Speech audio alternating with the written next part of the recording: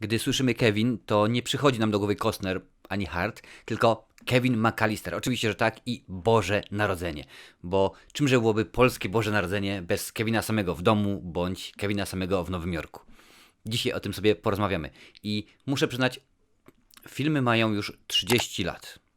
Kevin sam w domu 30 lat, Kevin sam w Nowym Jorku zaledwie 28. I muszę przyznać, że od wielu, wielu lat mi, jak i pewnie tobie też i każdemu Polakowi, a przynajmniej większości z nas, Kevin towarzyszy w każde święta Bożego Narodzenia. A zamysł był dosyć skromny. Tak naprawdę miała to być tylko i wyłącznie komedia, która tam będzie miała niski budżet, zarobi kilka milionów dolarów, może nie będzie niczym więcej. Bo kiedy Chris Columbus, reżyser tego filmu, który tak naprawdę swoją karierę w Hollywood zaczął dużo wcześniej, bo napisał m.in. scenariusz do Goonies, napisał scenariusz do Gremlinów, ale to nie sprawiło, że jego kariera nagle wystrzeliła. Dopiero gdy zabrał się za reżyserię i John Hughes, producent, podarował mu ten scenariusz, stwierdził, to może być to. Poprosił do współpracy swoich bohaterów, więc po pierwsze Robert De Niro, oczywiście Al Pacino oraz Danny DeVito. Każdy niestety z tych panów, czy to ze względu na fakt, że to był niski budżet, czy to ze względu na to, że nie mieli czasu, powiedzieli nie, dziękuję bardzo. A chodziło głównie o rolę Harry'ego, Marva oraz Petera McAllistera, czyli ojca Kevina. To samo było z Johnem Lovitcem, Bobem Hoskinsem, wszyscy odmawiali. Dopiero gdy pojawił się Joe Pesci, stwierdził, może być coś, ale nie był przekonany, czy Joe Pesci będzie w stanie wykorzystać sobie nutkę komedii. Okazało się, że jak najbardziej, ale razem Joe Pesci oraz Daniel Stern, czyli dwóch naszych złodziejaszków, stwierdzili, przerysujemy te postacie.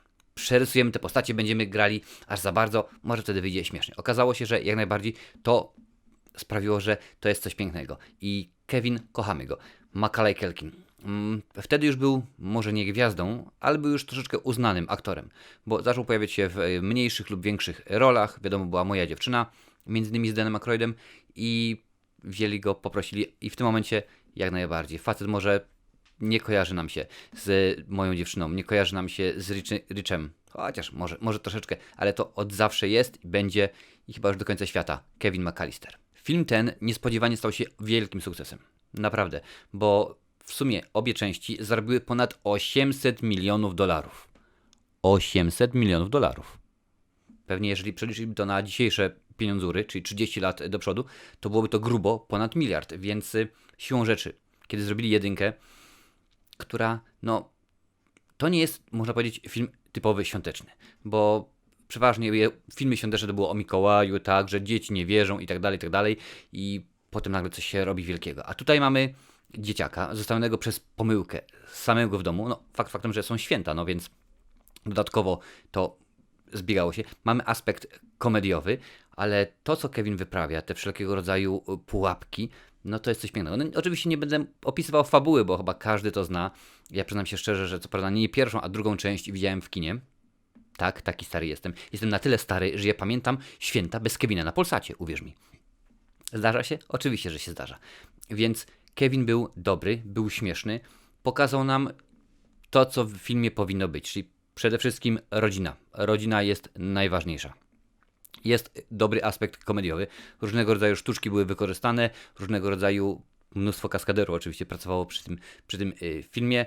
Mnóstwo pomysłów. Mapa, którą Kevin sam narysował. Tak, to jest dokładnie praca, dzieło Macaulaya Culkina, który wcielił się w tęże rolę. I to też było zabawne, gdyż jako dzieciak nie mógł pracować więcej niż 5 godzin dziennie na planie filmowym, więc wszystko musiało się kręcić wokół niego. Kiedy już pojawił się na planie, wcześniej kręciliśmy sceny bez niego, teraz 5 godzin poświęcamy jemu, później będziemy tylko i wyłącznie skupiać się na tym, co możemy zrobić bez niego. A często gęsto było tak, że gdy na przykład trzeba było zmienić ustawienia kamery, czy przechodziło się do kolejnej sceny, a Macaulay Culkin był zmęczony, to co robił? Kładł się na podłodze i spał. I sobie spał. Dopiero przyszła jego pora. Ej, Macaulay! Co? Już? Oczywiście, że tak. Kto jemu zabroni? Nikt nie zabronił. Komedia o Kevinie była rewelacyjną i jest dalej. Bawi, uczy, sprawia, że banan pojawia się na twarzy, więc te kilkaset milionów dolarów i dobre przyjęcie, bo nie każdy pewnie wie, że Kevin sam w domu był nominowany do 2 Oscarów za najlepszą muzykę oraz za najlepszą piosenkę. W obu przypadkach kompozytorem był John Williams. Tak, ten wielki John Williams od Gwiezdnych Wojen i tak dalej, i tak dalej. Więc film przyjęty dobrze przez krytyków, film entuzjastyczny oczywiście przyjęty przez widzów. W Polsce, jeżeli pamięć mnie nie myli, nie był w kinach, był dostępny tylko na VHS-ach. W VHS-ach, naprawdę w VHS-ach. Wtedy jeszcze nie było żadnego DVD, Blu-raya, żadnych systemów typu pay-per-view, Netflix i tak dalej, i tak dalej. Więc to było w ten sposób.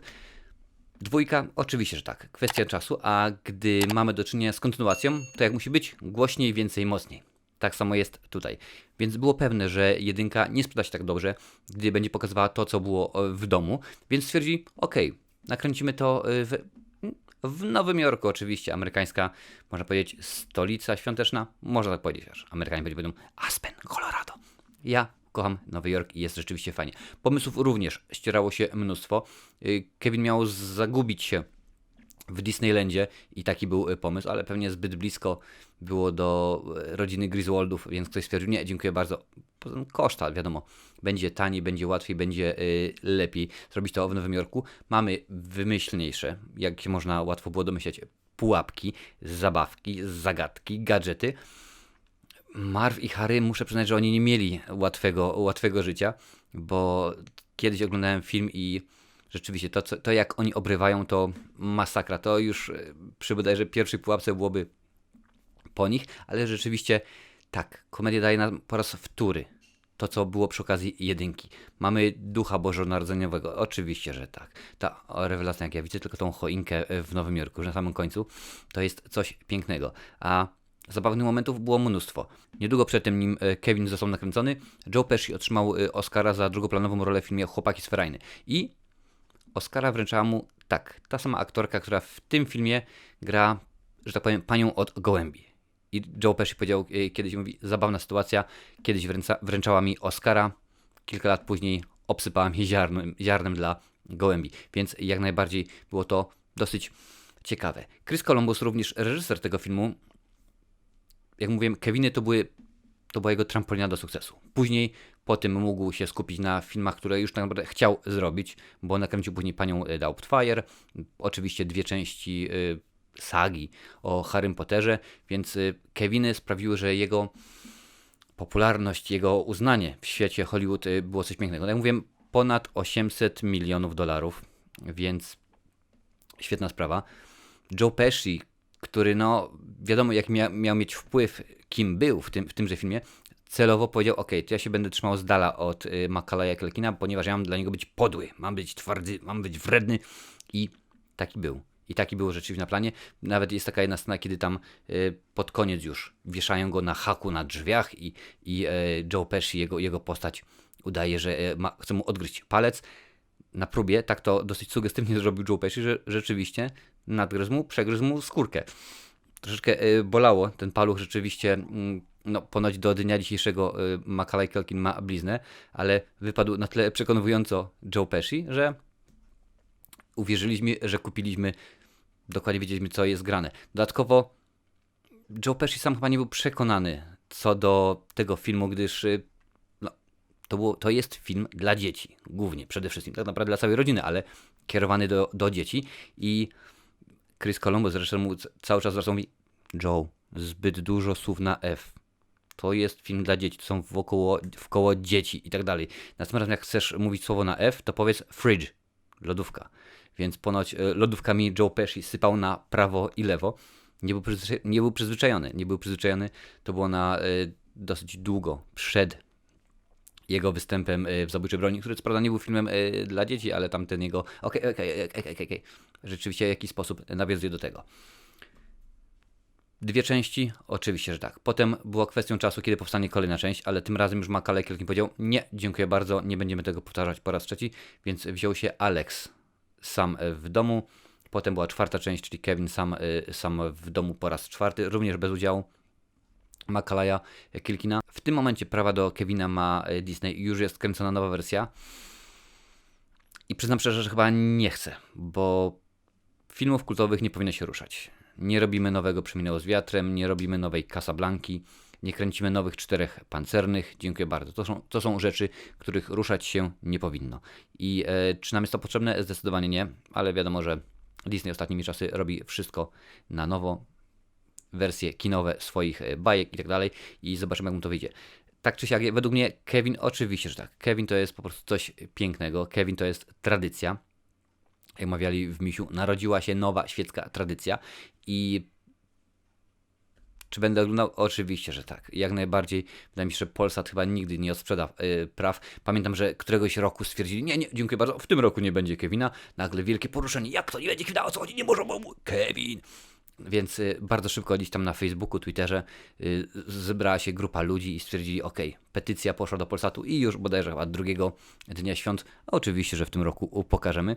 Przygotowując się do recenzji, patrzyłem na IMDb i szukam ciekawostek i to, co tutaj właśnie widzisz, pewnego dnia jest zresztą opisane, że w Polsce Kevin jest już w tym momencie tradycją, jest jak najbardziej tradycją świąteczną i pewnego roku 5 milionów osób zebrało się przed telewizorami i jest to jak do tej pory najchętniej oglądana audycja, najchętniej oglądany program w dziejach polskiej telewizji. Więc już nawet fenomen Kevina, to już jest polski fenomen Kevina, jest już znany na świecie, bo to jest różnie. Ja na przykład mieszkam w Irlandii, tutaj oglądają rok rocznie, od kiedy film pojawił się Willy Wonka z Genem Wilderem. To też jest co roku w Boże Narodzenie pokazywane, także każdy kraj, co kraj to obyczaj, jak mawiają.